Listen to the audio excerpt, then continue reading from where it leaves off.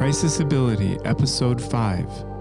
As a society, we've hit a major roadblock. The question is, how are we going to navigate to overcome the crises that stand before us? 4 of us have come together to explore this.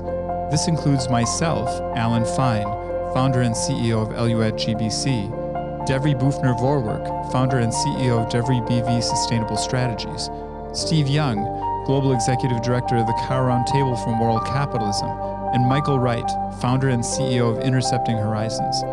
Welcome to crisisIbility, where we seek conversations to transcend crises with possibilities.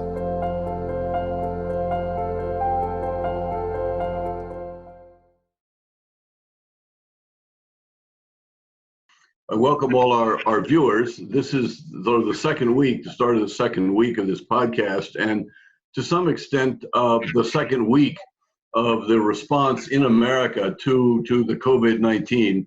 Apparently, there's another name. It's SARS/CoV/2 virus.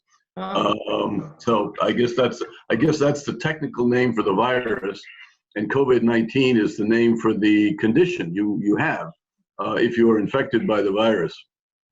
Our guest this morning is a friend of mine, Imam Asad Zaman, who lives here in Minnesota, where we all are. And Asad is the head of the Minnesota chapter of the Muslim American Society. And we got to know each other by coincidence, which reminds me, Asad, that this virus is something of a coincidence for humanity. Assad's uncle, Professor Abdullah Al-Hassan, is a colleague of ours at the Co-Roundtable when he was teaching at the International Islamic University in Malaysia. And he and I have gotten together, and I've learned a lot about the wisdom from the Muslim tradition, which can really be applied today. His uncle and I have edited 2 books on Quranic guidance and good governance. And Asad, I'd like to ask you a bit about the concept of governance, because that's very much how we human beings deal with good things and bad things. I would also put on the table for the group, it may come up, that it seems as of yesterday, Sunday, the 22nd, that politics in Washington, D.C. has now, what should I say, broken out again. Arguments between the Democrats and the Republicans over the nature of a major financial response by the government to the crisis. And it leads me to wonder, and I'd like the group we can maybe discuss it a bit on what are the kind of deeper personal resources that we need to work together when we confront something unexpected like this. But Asad, we'd be very grateful for your initial thoughts. Well, thank you for having me, and good morning, everybody. Good morning. Good morning. Our collective response to an outbreak like this can be understood as an act of public love. If you want to think in terms of governance. So last night I was watching on Facebook videos of mayors of different cities in Italy who were outraged and essentially yelling at their residents who were refusing to obey the lockdown. There was this one mayor who interrupted a ping pong game, and there were these 2 young punks who were like, "We're gonna play ping pong." And the mayor is like, "You can't. This is my city. I have to save everybody." So it is an act of public love when you and I choose to inconvenience ourselves so that a more vulnerable member of our society can be safeguarded, even if we ourselves are fine and healthy. I had a conversation with a parishioner when we closed our mosques, and we said, "Look, for the safety of the community, we are going to close all mosques." And the person said, "Listen, I love to pray, I love God. I am willing to take the risk and become a martyr for the sake of God." And I'm like, "That's very good. I'm glad you are ready to be a martyr. Let me ask you a question. In regards to your 80-year-old mother who lives with you, are you ready to martyr her?" And he thought about it. He's like, "No, I'm not." I'm like, "Stay home." So this is an act of public love, which we as a community come together and say, look, this is our communal response. This is a very serious matter. Yeah. So what, Devry, let me ask, you had an experience yesterday, Devry, with a church gathering, which was done under this new rules via Zoom. So Right. Devry, what was your experience in having a quote unquote church sense of community and love in our Christian tradition when it was done through machines? Yeah, Asad, I was telling my colleagues here that we attended church via Zoom, and I'm a lifelong Episcopalian, and the act of going to church and being in the building and engaging with the community that I wouldn't normally see on a day-to-day basis is really important. And it was, I explained to Steve and to Michael and to Alan, it was, for me, I felt more connected than ever, and also the least connected than ever. And the reason is that I could see the faces of the parishioners popping up, some of which were crying, some of which had not used technology. And so I felt like for the first time I could actually see the faces, because when we worship, we all sit forward. We could see each other and engage that way. But I felt that it was very hard for me to get focused in, because I wasn't, just the act of being in the building together is really important. So I think it's important that we met the liturgy together, but it definitely, I could understand where your parishioner was coming from, Asad. It's hard. It's hard to do that while you're sitting in your own home. And I couldn't help but reflect, this is maybe one of the greater moments that I've got to dig deep as it relates to my faith in something higher, and think about ways to remain connected. So it was a really difficult time, but I'm glad we did it. There are some churches, I think, over time who actually have a lot of these capabilities, and I wonder if over time, using more technology going forward, will allow parishioners to stay even more connected. Hassan, I'd like to ask you if either experience that you've had the last week or your just sense as an imam, what are the odds that hundreds of thousands, millions of people will actually come through this stronger because of an experience like Devry just had, or are we going to become feeling more insecure? Well, I think things are simultaneously going to happen, and it sounds like a contradiction. And obviously, time will tell whether one or both of these things will happen. So, for example, I do a Quran lecture on Sundays at 2:30, and historically, it was considered a success when 25 people show up on a Sunday afternoon at 2:30. That's a success. Well, that lecture is on Facebook Live, and it gets between 800 and 1,000 views. Wow.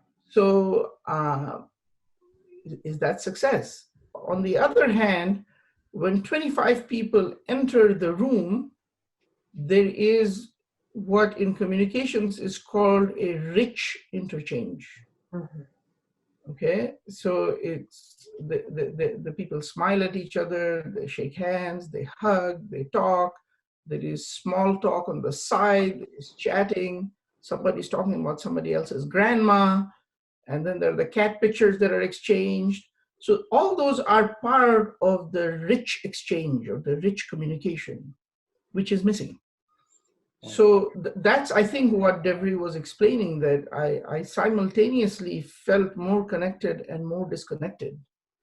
And that's actually not a contradiction in terms, because she's missing that rich exchange. Michael, you're the guy who, if I can tease you a bit, you're arguing for a different future for humanity because of technology and artificial intelligence. So can we artificially intellectualize ourselves to become better people? Potentially. I think that what both Devry and Imam are speaking about are the effects of networks, and how we leverage those. We've talked a little bit about that, but one person talks to another person, talks to 10 people, talks to 100 people, etc. And so we go from that point to area to point thing again in terms of the flow of communications and information and people sort of being intimate on one level and not intimate on another level, but at the same time creating a new experience that enriches us overall. So I think we're going to learn to adapt and adjust to this. I think also in the future, it's going to give churches and sort of community leadership capabilities in the times of other health issues. This isn't going to be the last breakout of this type, but maybe people will feel more comfortable not going to church when they have a slight cold or something that would endanger somebody else. And because of that alternative, they're going to feel comfortable, and it won't feel like, oh, I should have been at church today. I didn't feel that bad.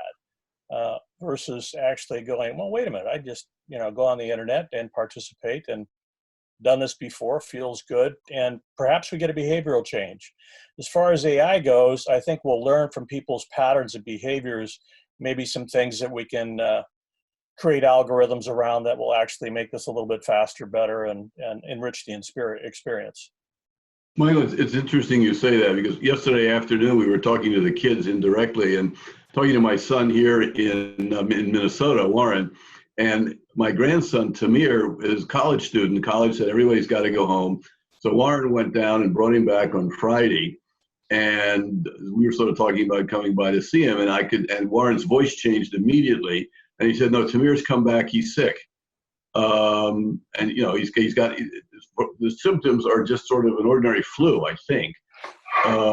But what was interesting to me was to catch something different in my son's tone about not wanting, me, the older person, to come by the house where the 20-year-old has been lounging around and with just ordinary influenza virus. And my sense is that this is a new sensitivity on my son's part, because before, kids get flu. I mean, what the heck, Alan, if I could ask for your thoughts after this conversation, because you've devoted so much of your spare time recently to thinking about strengthening communities and have people reach out for each other. Where are you after a week of this great strain many families are having? Well, I want to remind viewers about the golden rule. Do unto others what you'd want them to do unto you.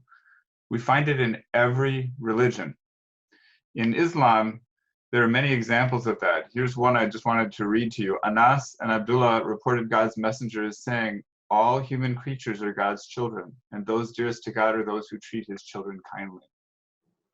Asad, the one thing that's interesting is that at times like this, I think it's so important for all of us to see our common humanity and that we are all sacred in the eyes of God.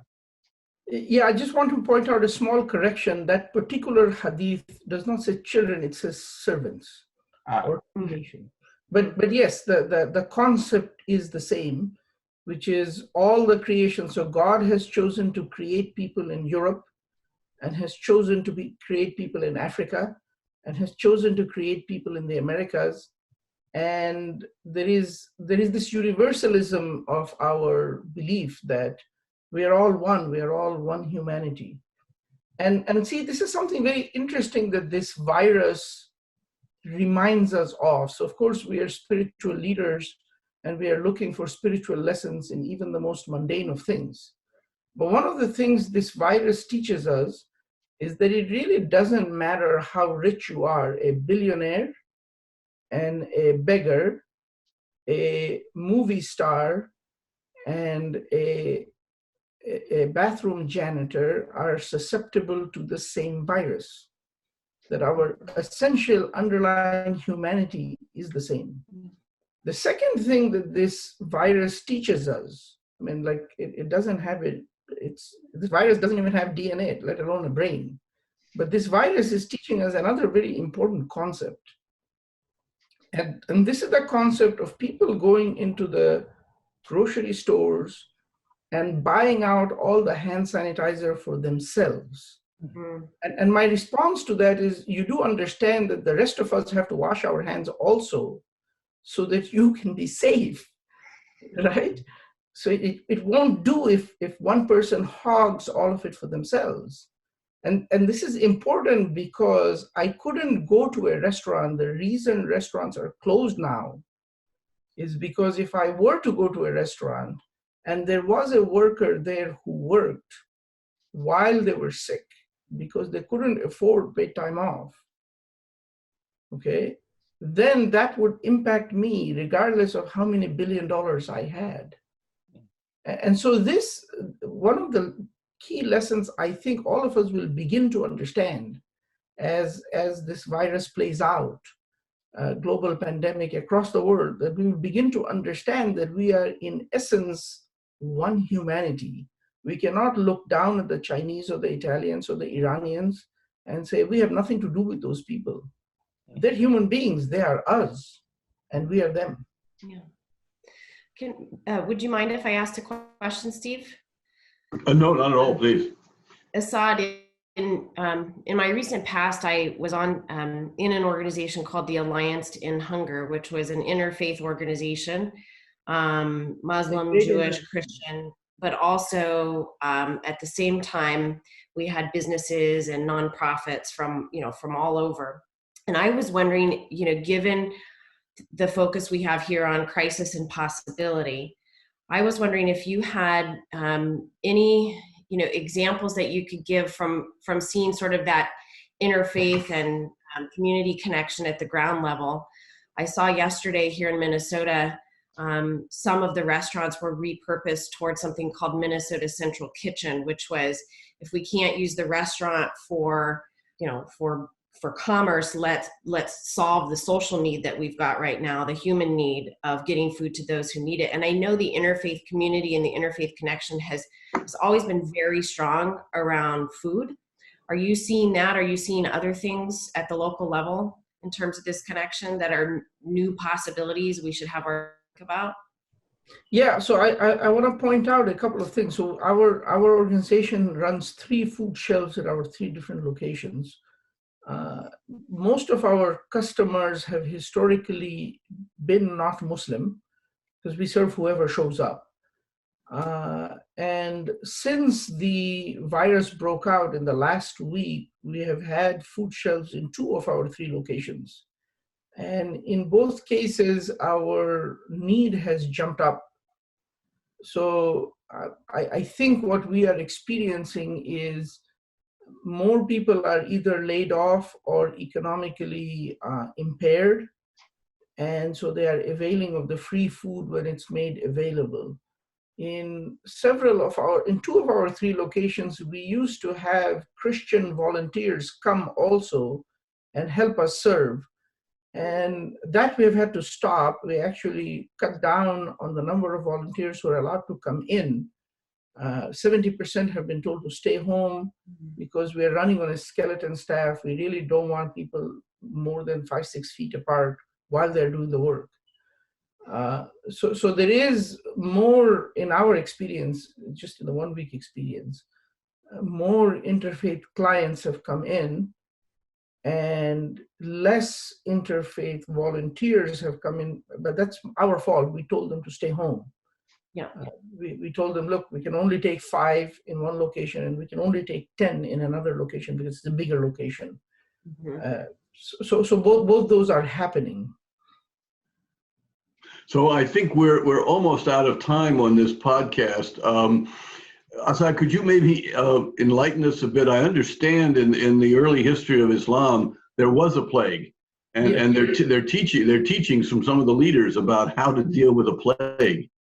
Yeah, so there is a very interesting story about the Caliph Omar, who was the second caliph in Muslim history, and he was traveling with his governors and generals and ministers from his capital, which was at that time in the city of Medina, which is in modern-day Saudi Arabia, to the Syria-Palestine region.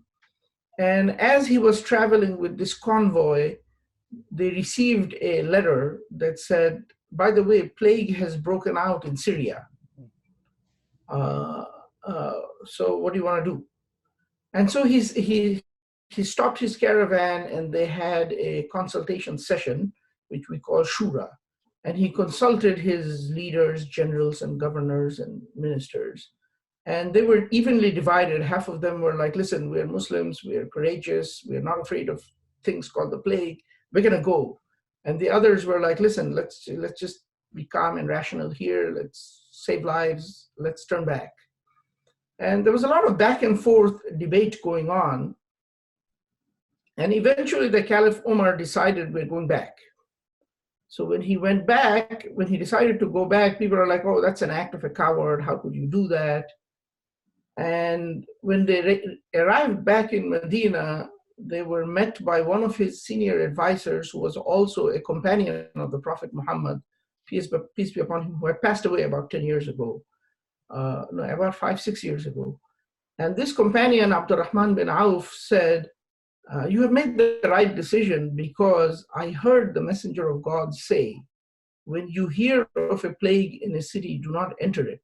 Mm. And if the plague comes upon you in the city where you are at, do not flee from it.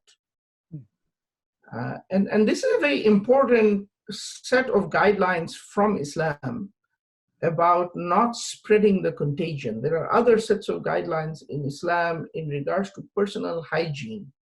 And I know it sounds insulting to say to a person, listen, you have to improve your personal hygiene. But that kind of like, hey, listen, am I a kindergartner? Who are you to tell me these things? But the reality of it is, all of us do need to wash our hands regularly. All of us do need to exercise caution and careful behavior when we are in the bathroom. I mean, you look at the run on toilet paper, of all things, right? People need to learn how to cleanse themselves as a society, so that the whole of society can have a minimum level of hygienic standards. This particular coronavirus is being propagated. Its locus of propagation, its original locus, was a wet market, where we're actually the standards in our Islamic religion on how animals are to be treated, even when you're going to kill an animal to eat it, that animal still has rights. Okay, so one of our standards is that animal is not supposed to see another animal being killed, because it doesn't need to be tortured. So by the way, following that protocol would have prevented a dead animal with a contagion bleeding upon and dripping down on another animal. Right? So all these things are there. Actually, these are actually hygiene standards that protect the whole community. Asad, I want to thank you very much. And Alan, maybe turn it over to you for a last word. Oh, well, aside from what you've been saying to us all the way through here, is that, and at least this is what I've garnered from this, is that we really need to pull together as a community and work together. If we're going to solve our world's problems, and they go beyond this epidemic, this pandemic, we need to continue with that afterwards. And I'm looking forward to a quick end to this pandemic experience. And I'm hopeful for the future when I hear your words. So thank you for joining us. I look forward very much. Thank you, Asad. Thank you all. See you later.